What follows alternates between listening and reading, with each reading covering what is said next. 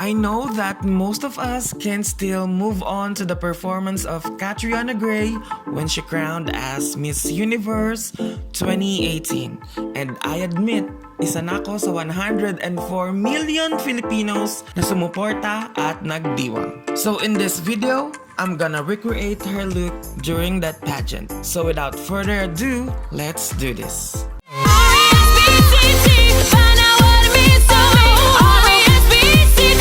First of all, clean your face first, then prep your skin before putting makeup. One of the purpose of this is para mas bongga yung mga i-a-apply nating mga products. After that, let's begin by putting a concealer to hide our blemishes and some imperfections. Then apply your favorite liquid foundation para talagang tagong-tago at walang bahid ng nakaraan.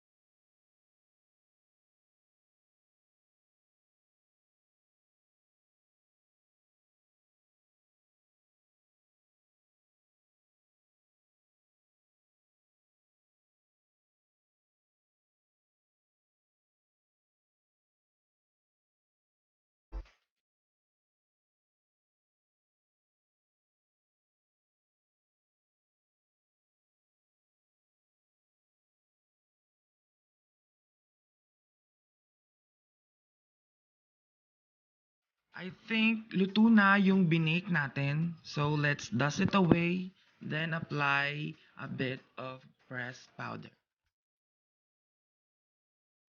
Then to add dimension, let's contour our face.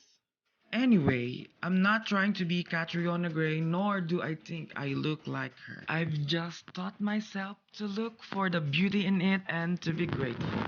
Back to the eyes, I will apply a liquid gel liner. Apply a generous amount of mascara.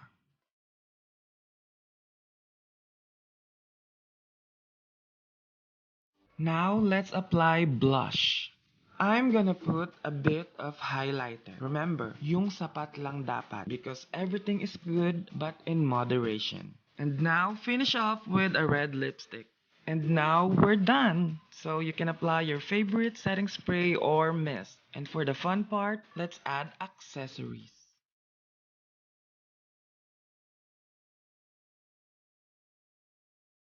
So now, tayo ay ganap ng Miss Universe by heart. So in this look, we can bring aspect to see situations with a silver lining and to assess where we could give and provide something and to be grateful. Thank you. So thank you so much for watching. I hope you really like it by hitting the thumbs up button, and kung gusto nyo pong ma-update dito sa aking channel, wag nyo pong kalimutang i-hit ang bell button dyan sa baba para ma-notify po kayo pag meron akong mga bagong videos dito sa aking channel. And also don't forget to put a comment, share this video, and subscribe. Bye-bye!